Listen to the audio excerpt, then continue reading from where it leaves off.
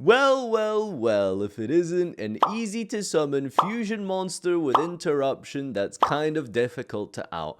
Haven't we been here before? This card is incredibly powerful, and from a competitive standpoint, it's probably going to warp the format on release. Red Eye's Dark Dragoon was and is still one of the perhaps most formidable boss monsters ever printed. But this, what I'm going to show you today, is a little bit different in that regard, and I think offers a lot more utility than Dragoon does. Hero players about to get really salty with their new boss monster being appropriated by literally every deck in the game once again. That card is Destiny Hero Destroy Phoenix Enforcer. This card requires a level 6 or higher hero and another Destiny hero as fusion materials. Monsters your opponent controls lose 200 for each hero in the grave, a modest little attack reduction for damage. The first relevant effect is a quick effect, which allows you to destroy one card you control and a card on the field that your opponent controls without targeting. The second effect is if this is destroyed by battle or card effect, including itself from the previous effect,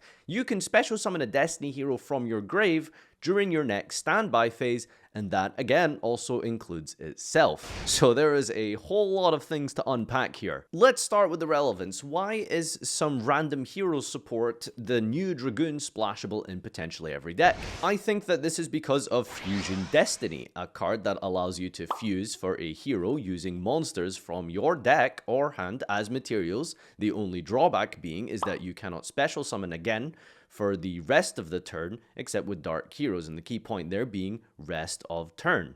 Not the entire turn in the same way that Red Eye's fusion restricts you. Now, imagine a scenario where you're comboing off with your 2-3 card combo, you've played through 1 or 2 interruptions, you've ran out of gas. Well, now you're able to just kind of go, boop, slap down Fusion Destiny, summon Destroy Phoenix Enforcer, and kind of keep going from there. You now have a quick effect Pancratops with a Pot of Greed and special summon in the graveyard follow-up for that next turn. Oh wait, a Pot of Greed, did you say? Don't worry, we'll get to that in just a moment. Now, are we expected to just play Fusion Destiny and a couple of Hero Garnets in our decks? Well, not ironically, you could actually do that. In fact, it has become quite a successful deck building strategy in the OCG now since Burst of Destiny. A bunch of different decks from control like Sky Strikers to mid-range decks like Prank Kids, and of course combo decks like Adamanticipators all have had success and decent results using this hero engine. Tri-Brigade, Sword Soul, a bunch of unique and different archetypes with different win cons and strategies all are managing to find ways to incorporate Phoenix Enforcer.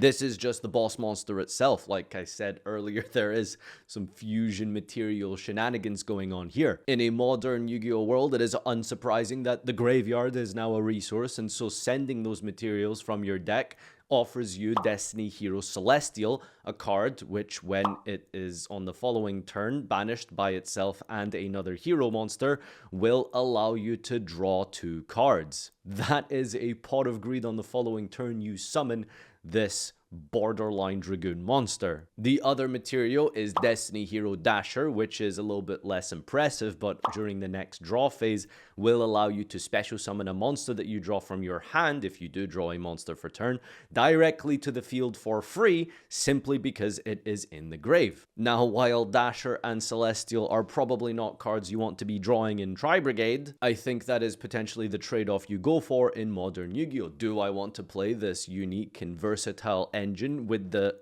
unfortunate circumstances that once in a while I'm gonna draw Celestial who will do 1600 damage? We haven't even begun to talk about Verte. While it is cool to combo off, get interrupted, and then slap down Fusion Destiny, there is also the option of just summoning and using Anaconda Verte with 2 spare bodies you might have left over from being interrupted to then just go into and summon Enforcer without even having to hard draw the Fusion Destiny. While Enforcer is very different from Dragoon in some regards, it is hard to not see and draw these parallels between these kind of similar engines. Fusion Destiny as a card is so much stronger than Red Eye's Fusion because you are actually able to play the game during the turn that you use it. I cannot stress enough how much I like this in the sense that I can play my deck, do my combos, and then after I am done, activate Fusion Destiny and potentially keep going, something that is not really possible with Red Eyes Fusion except unless you specifically go for Verte. Celestial and Dasher aren't exactly the greatest draws, but they are far more relevant than Red Eyes, Black Dragon, and Dark Magician.